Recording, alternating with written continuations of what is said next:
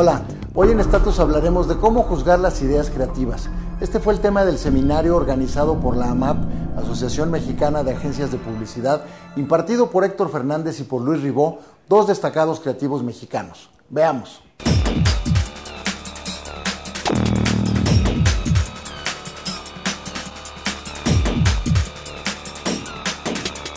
Creo que este negocio, como todos, es cuestión también de relacionamiento. No es que yo te deje una idea en un escritorio o en un correo electrónico y tú la levantes al día siguiente y la evalúes. Te la tengo que entender, que vender, tú tienes que confiar en mí, que respetar, yo respetarte, entenderte, evaluar presupuesto, objetivos, competencia. Y creo que también sirve para mejorar las relaciones y la manera en que entre agencias y clientes interactuamos. Probablemente uno de los momentos de mayor fricción entre un cliente y su agencia es el momento de juzgar la campaña.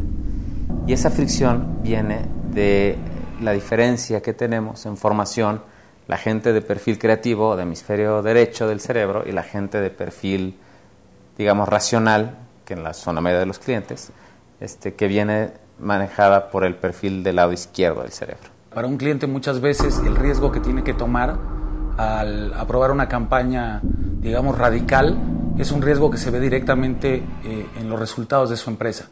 Mientras que para la agencia muchas veces es más cómodo poder llegar con ideas más arriesgadas porque no necesariamente tienes en mente las ventas o tienes en mente el desempeño, digamos, de una cierta compañía, y muchas veces esa libertad que te da el ser externo y no estar dentro de la compañía, también te permite proponer cosas más arriesgadas.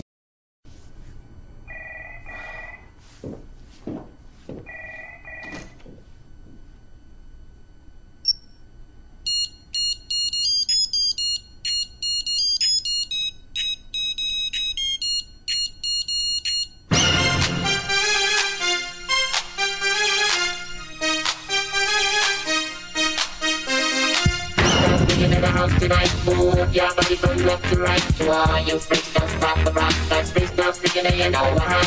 Freaks, don't stick it in the house tonight. Move your body from left to right. To all you freaks, don't stop the rock. Oh, freaks, that's freaks, don't stick it in the house tonight. Move your body from left to right. To all you freaks, don't stop the rock. That's freaks, don't stick it in over hot.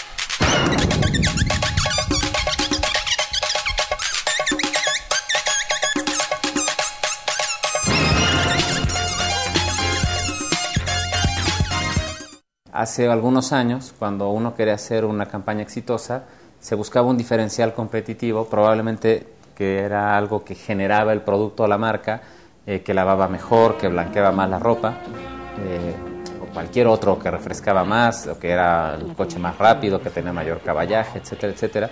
Eso se articulaba de la manera más creativa posible y se martillaba a base de GRPs, logrando alcanzar a un gran público objetivo con un mensaje muy claro, ¿no? Muy directo, en un medio que estaba poco fragmentado. Hoy, desafortunadamente, para nosotros, los medios se han fragmentado muchísimo y ya no basta. Ya no basta tener un beneficio bien articulado que parte del producto, porque además esos son igualables en 30 segundos. Los diferentes medios no solo traen distintas maneras de repartir los mensajes, sino también vuelven al consumidor de alguna manera o al espectador parte del mensaje, ¿no? Hoy en día muchos de los mensajes y muchas de las campañas, como algunas que vamos a ver ejemplos más adelante, son campañas en las que el receptor del mensaje, es decir, el consumidor, se vuelve a la vez co-creador del mensaje o incluso codifusor del mensaje. Y de alguna manera tu mensaje ya no solo depende del éxito que cause la primera vez o del impacto que genere la primera vez o de lo que comunique, sino de que ese mensaje además pueda ser un mensaje modificado por la gente y del interés, de tal interés que la gente no solo esté dispuesta a verlo, sino incluso a compartirlo. Grew up with 4 and 20. When you think of a pie, you think of the 4 and 20s. 4 and 20 pies are great. I've had thousands of pies in my lifetime. Love them. There's a hell of a lot of pressure on guys to be healthy. My girlfriend certainly piles on the pressure. My wife as well. She prefers me to eat rabbit food. No, salad. Yeah, salad's off the menu price. Salad doesn't fill me up. No. Just feel empty after you've eaten it. It's called a magic salad plate. The famous magic salad plate. 4 and 20 magic salad plate. It's a fucking collector's item. Hey, Un poco lo que queremos en esta emisión es tratar de hablar de ciertos tips para poder juzgar trabajo creativo. Lo primero que tenemos que hacer es estar informados, ¿no? Un cliente y una agencia tienen que compartir un marco de referencia. Si estamos hablando de distintos tipos de comunicación, nunca nos vamos a entender. Y es labor de la agencia tener al cliente al tanto en todo lo que está pasando en el mundo de la comunicación y medios al momento en el que se le está presentando el trabajo. Continuamos en Status hablando de cómo juzgar ideas creativas.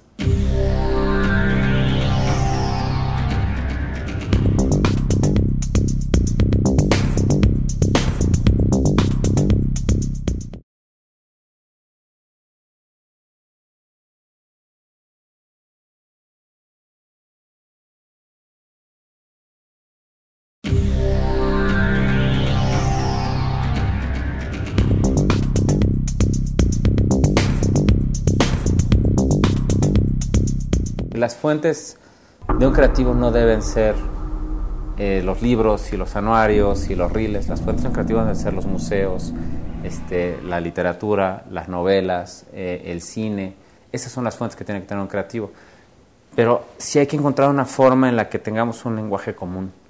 Y ese lenguaje común, ¿no?, se tiene que dar. Si yo estoy pensando en que quiero hacer algo como lo que hizo Heineken en Milán, ¿no?, para la Eurocopa, y mi cliente o la persona con la que estoy trabajando nunca ha visto algo así, le va a ser muy difícil entender de lo que estoy hablando. Tenemos que tener códigos de comunicación comunes. Más allá de ideas o no ideas, creo que de acuerdo con Luis tenemos que llegar con cosas frescas, pero los códigos de comunicación tienen que ser compartidos. Tenemos digamos un segundo punto, un segundo consejo que tal vez parece como muy genérico, pero que en una profesión como esta se extraña a veces, y es el llegar a las juntas con una sonrisa o llegar a las presentaciones con una sonrisa. Finalmente, muchas veces el estrés, la preocupación de ambas partes, sobre todo de la parte de la agencia que está yendo a exponer un trabajo, es tal que nos tomamos demasiado en serio a nosotros mismos, tomamos demasiado en serio lo que muchas veces es un mensaje publicitario que busca, en muchos casos, ¿por qué no entretener, divertir, también informar? Y me parece que a veces se nos olvida que estamos de ese lado del negocio, ¿no? No sabría decir por qué, pero parecería ser que a los clientes, hay alguna escuela de negocios en la que le enseñan que no debe reaccionar ante las ideas. Entonces, estás presentando, ¿no?, y la cara es esta cara de póker, ¿no?, en la que tú te estás desgañitando, estás contando esta idea con toda la pasión del universo, y en algún lado, en un lugar no escrito, por cierto, ¿no?, dice que no pueden reaccionar, y la verdad es que los invitamos a que lo hagan, porque esa reacción que recibimos cuando presentamos el trabajo es la que esperamos ver en los consumidores. Entonces, aguantarse la reacción no es natural. Burger King knew that America loved the Whopper, but wanted to prove it. So it turned to Facebook and put the love to the test. Everybody loves adding friends, but is that simply because it's fun to see your friend list pile up? Well, what if there was a way to dump friends and get rewarded for it? And what if this turned into a race to dump them before they dumped you? Meet Whopper Sacrifice. Delete 10 friends and receive a free Whopper. A true moral dilemma, a telling choice. What do you love more, your friends or the Whopper?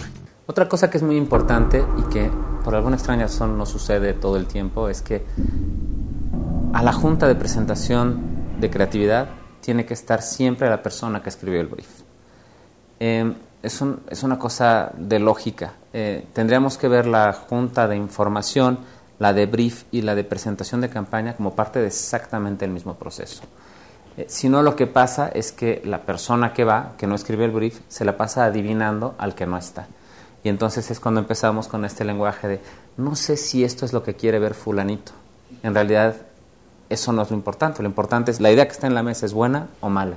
Muchas veces, así como cuando no está la gente que hace el brief, se acaba discutiendo del pensamiento de terceros, cuando no están las personas que deciden ocurre lo mismo, ¿no? Si se quiere tomar en serio una junta de presentación de ideas, tiene que estar en esa junta la gente capaz de comprar o no comprar esa idea, ¿no? Pero alargar los procesos a lo único que lleva es a diluir normalmente las ideas. El brief es un mapa, como el mapa del tesoro. Tenemos que ir al brief y regresar al brief cuando se juzga una idea. Si, por ejemplo, hablamos de la casa, el Sydney Opera House en Sydney, Australia. Todos lo conocemos, es un landmark. Se consiguió a través de un concurso. Se hizo un concurso a varios arquitectos del mundo y se les pidió un ícono para la ciudad. Se logró la Opera House de Sydney. El asunto es que la Opera House de Sydney tiene una acústica infame y sin embargo la hicieron porque el brief era diseño. Quiero un landmark, quiero diseño, quiero algo espectacular. Y la acústica no quedó en primer plano, ¿no? Entonces, regresemos siempre al brief para entender si lo que estamos pidiendo está bien realizado. Y no tratemos de añadirle después algo, ¿no? Que lo que acaba haciendo es desvirtuando la idea. Otro ejemplo muy divertido, que tiene mucho que ver con lo que mencionaba Héctor del Opera House en Sydney, es el de este exprimidor, un exprimidor súper famoso, diseño de Philip Stark, que es como una especie de arañita de 3 patas, que se supone que sirve para exprimir limones o naranjas o tal, aunque en realidad cuando se le ve es más bien una pieza de diseño, ¿no? Y cuando alguien le preguntó a Stark para qué servía realmente ese exprimidor que no podía exprimir nada, decía que él lo había hecho para generar conversaciones, que no le interesaba mucho si exprimía bien o no, pero cuando lo ponías en tu casa, seguramente alguien te iba a preguntar y ibas a empezar a generar una conversación. Continuamos en Status hablando de cómo juzgar ideas creativas.